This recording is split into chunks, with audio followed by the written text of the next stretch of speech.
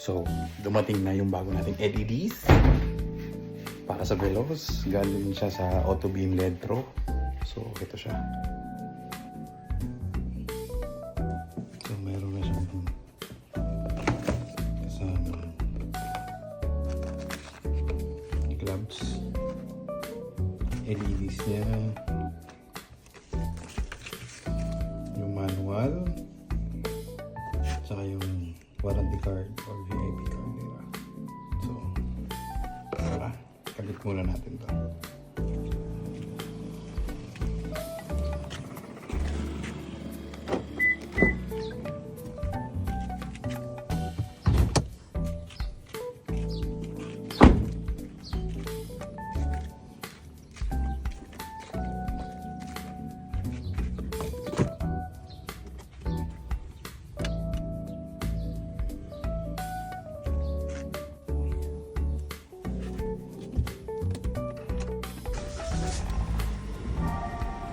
So, check muna natin yung mga dating nakakabit. Naka-LEDs din yun, na tricolor.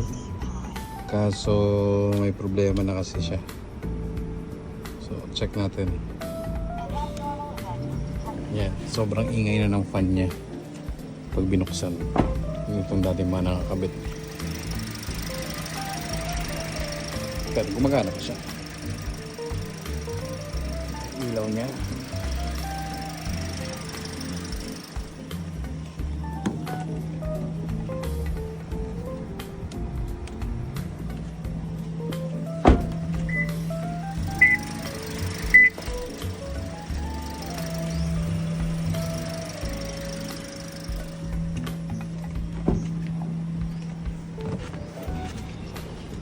Ngayon, tanggalin muna natin yung mga dati nakakabit, tapos lagay natin yung bago from Auto Beam LED Pro.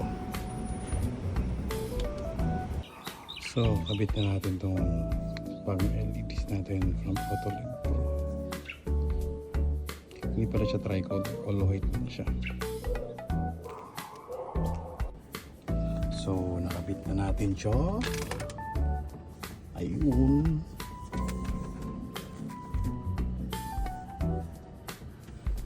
Tama naman yung kabit ko sa kanya. Straight. Doon din yung isa.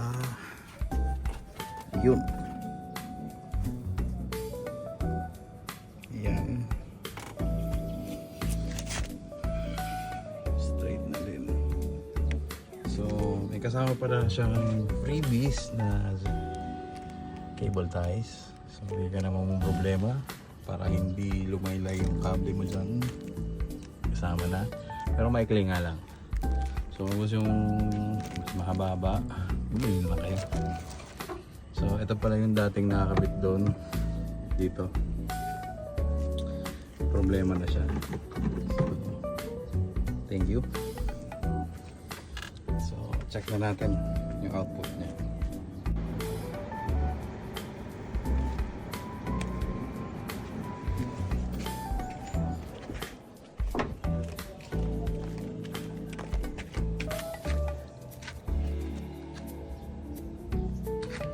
So, last naman na umiilaw.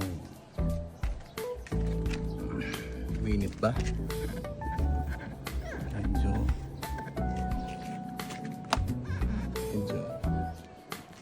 So, mamayang gabi check natin kung gaano siya kalakas. So, ayusan na natin yung mga kable niya para hindi masyadong maingay doon.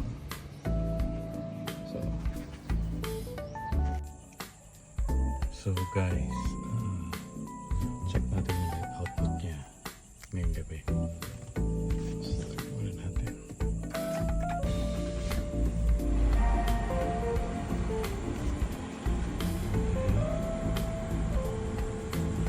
Ito yung ilaw ng headlight.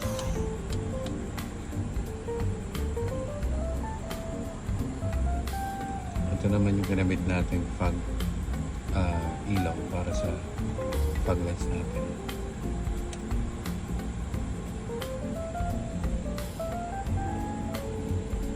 natin ulit.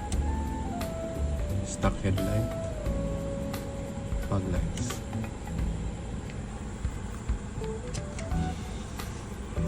Tingnan natin sa labas.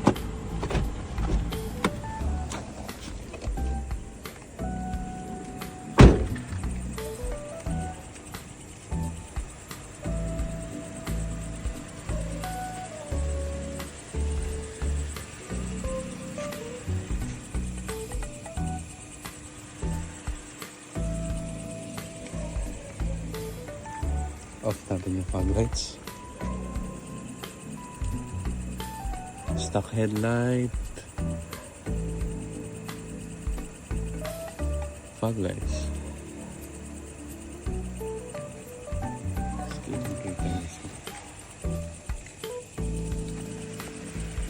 So try naman natin sa actual driving.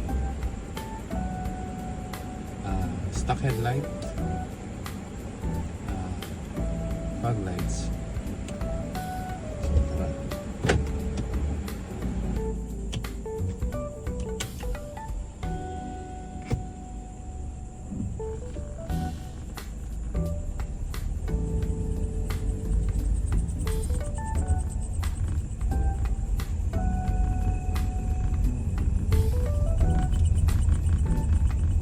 Stock headlight, fog lights. Fog lights only, headlights on. Yan. Mas malakas pa siya kaysa headlights natin. Ito naman yung high beam.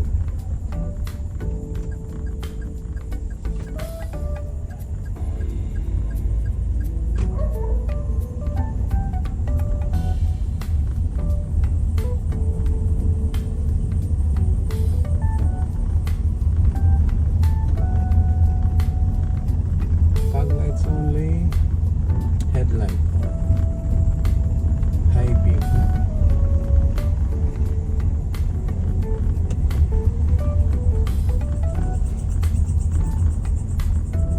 headlights only, high beam, fog lights on.